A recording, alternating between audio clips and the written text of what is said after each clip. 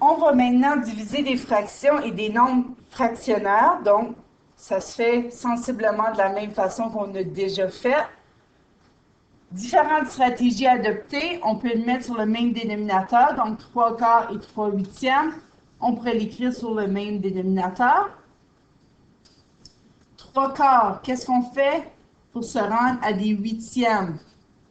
On multiplie par 2. Donc ici, on a 6 huitièmes divisé par 3 huitièmes.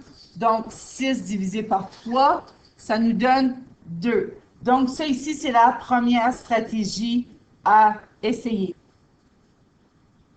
La deuxième stratégie à essayer, au lieu de diviser par une fraction, on va multiplier par l'inverse. Donc, encore une fois, l'inverse de 3 huitièmes,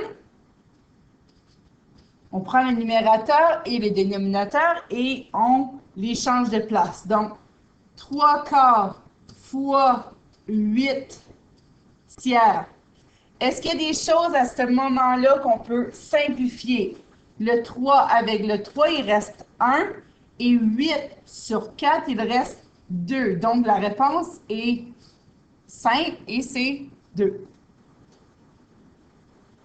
Vous remarquerez que quand on divise, par exemple, une demi divisée par un douzième, c'est comme se poser la question, combien de douzièmes j'ai dans une demi? C'est le même principe. Donc, on pourrait aussi le faire au dessin, évidemment. On peut écrire le 1/2 sous forme de douzième. Donc, ici, on a 6 douzièmes. Donc, 6 douzièmes divisé par 1 douzième, il nous reste 6.